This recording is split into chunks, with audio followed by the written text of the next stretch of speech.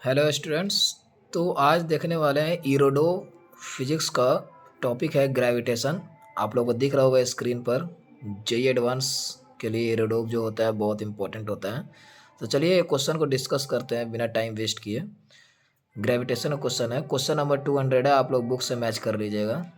A planet of mass M moves along a circle around the sun with velocity v is equal to 34.9 kilometre पर second.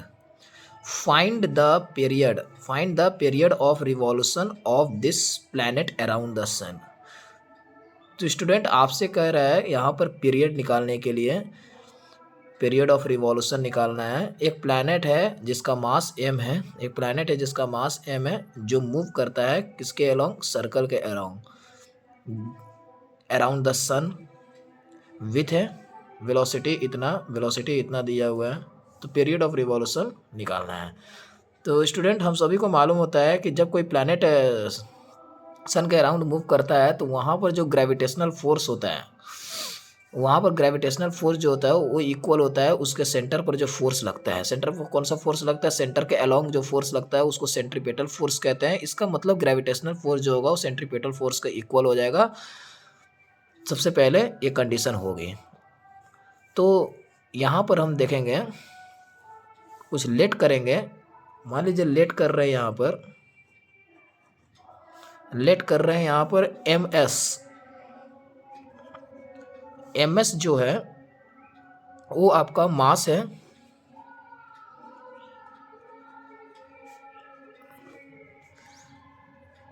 सन का।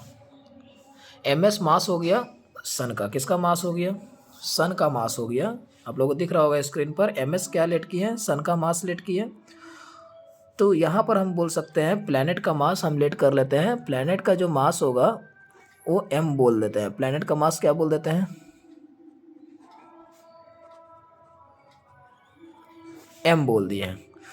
तो हम जानते हैं कि जब सर्कल के अराउंड जब वो रिवॉल्व करेगा तो वहाँ पर जो ग्रेविटेशनल फोर्स होगा m1 हो गया ms, और m2 हो गया प्लैनेट का, और डिवाइडेड बाई आर स्क्वायर जो ग्रेविटेशनल फोर्स होगा वो किसके इक्वल होगा स्टूडेंट, तो mv² डिवाइडेड बाई r होगा, इसके इक्वल होगा।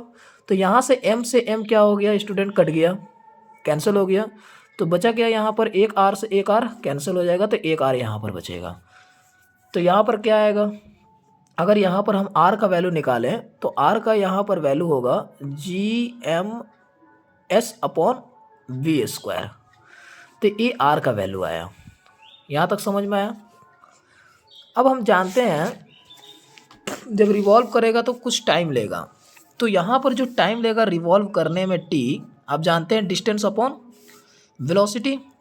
तो डिस्टेंस कितना होता है, सरकमफ्रेंस के बराबर होता है 2πr, और वेलोसिटी जो होगा वो v होगा। तो पीछे हम v निकाल चुके हैं, देखिए आपको फिर से दिखाते हैं। यहाँ पर ये v दिख रहा है gms/v²। तो यहाँ पर हम v निकाल चुके हैं, इस v सॉरी यहाँ पर r निकाल चुके हैं। तो r का वैल्यू ले जाकर पुट कर देंगे यहाँ पर। तो देखिए t is equal to 2π into r कितना था, gms/v² डिवाइडेड बाई v। तो यहाँ पर v² नीचे आ जाएगा, तो t यहाँ पर कितना हो जाएगा, 2π gms/v³। क्या ये t का वैल्यू समझ में आया। यहाँ से हम टाइम पीरियड निकालनी है, 2π दिख रहा है स्क्रीन पे, 2π gms/v³। आप सभी को मालूम है कि 2π कांस्टेंट होता है, g ग्रेविटेशनल कांस्टेंट होता है, a भी कांस्टेंट है, और ms क्या बोल रहे थे, लेट किए थे ms मास ऑफ सन। तो मास ऑफ सन भी कांस्टेंट होता है। तो ये तो पूरा वैल्यू आपका कांस्टेंट है, ये पूरा वैल्यू क्या है, कांस्टेंट है। तो हम कह सकते हैं कि t इंटू v³, क्या कह सकते हैं स्टूडेंट्स, t इंटू v³। तो देखिए यहाँ पर क्रॉस मल्टीप्लाई करेंगे तो t इंटू v³ होगा। तो हम कह सकते हैं कि t इंटू जो v³ होगा वो किसके इक्वल होगा, 2π gms के इक्वल होगा। तो ये तो पूरा कांस्टेंट है, ये पूरा कांस्टेंट है। तो हम कह सकते हैं कि tv³ is equal to constant k। Okay, तो हम यहाँ पर लिख सकते हैं एक बार प्लैनेट के लिए और एक बार अर्थ के लिए। तो हम लिख सकते हैं V cube P T P is equal to V cube E T E. अब यहां से हमको क्या निकालना था, फिर से क्वेश्चन दिखाते हैं आपको। Find period of revolution of the planet. Planet का निकालना है, किसका निकालना है, प्लैनेट का निकालना है। तो टीपी यहां से निकालना होगा। तो टीपी क्या हो जाएगा, T E V E divided by V P का क्यूब, ये हो गया। अब वैल्यू पुट कर देंगे और हमारा आंसर निकल जाएगा। तो ये आपको पूरा डिराइव करके बताया है। अब यहाँ से डायरेक्ट आपको ये मालूम होगा टी वी क्यू, ये कॉपी में नोट डाउन कर लीजिएगा, T V cube is equal to K. यहाँ से आप तुरंत सेकंड में क्वेश्चन को सॉल्व कर सकते हैं।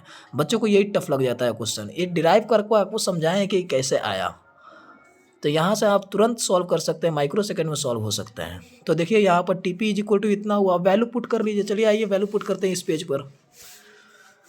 T P is equal to T E का वैल्यू कितना होता है 365.25, इतना होता है 1 ईयर में। एकदम एक्यूरेट वैल्यू लिखिएगा। वी ई का वैल्यू कितना होगा 29.78। आप सभी को मालूम होना चाहिए कि जो अर्थ का वेलोसिटी होता है वो 29.78 होता है, ये सबको मालूम होना चाहिए। डिवाइडेड बाई 304.9 जो कि वैल्यू गिवन था क्वेश्चन में, किसका वैल्यू, वीपी का वैल्यू। अब इसको जैसे ही हम सॉल्व करेंगे तो आपको अप्रॉक्सीमेटली जो आंसर मिलेगा वो 227 डेज मिलेगा। आई होप आप लोग को समझ में आया होगा। इतना लंबा सॉल्यूशन नहीं है, सॉल्यूशन बस यहाँ से स्टार्ट है। देखिए अगर आप लोग को ये मालूम होगा concept T V cube is equal to constant होता है, तो हम यहाँ से टी पी का वैल्यू कैलकुलेट कर सकते हैं जो कि क्वेश्चन में था। तो ये आपको समझाएं कि कैसे आया। अगर किसी बच्चे को ये पहले से मालूम होगा तो ये डायरेक्ट अप्लाई करेगा और तुरंत सॉल्व कर लेगा। तो कॉपी में इम्पोर्टेंट कंसेप्ट को नोट कर लीजिएगा, T V cube is equal to K. और वीडियो पसंद आया होगा तो चैनल को सब्सक्राइब कर लीजिएगा ताकि हर क्वेश्चन का नोटिफिकेशन आपके चैनल पर जाए। Thank you students.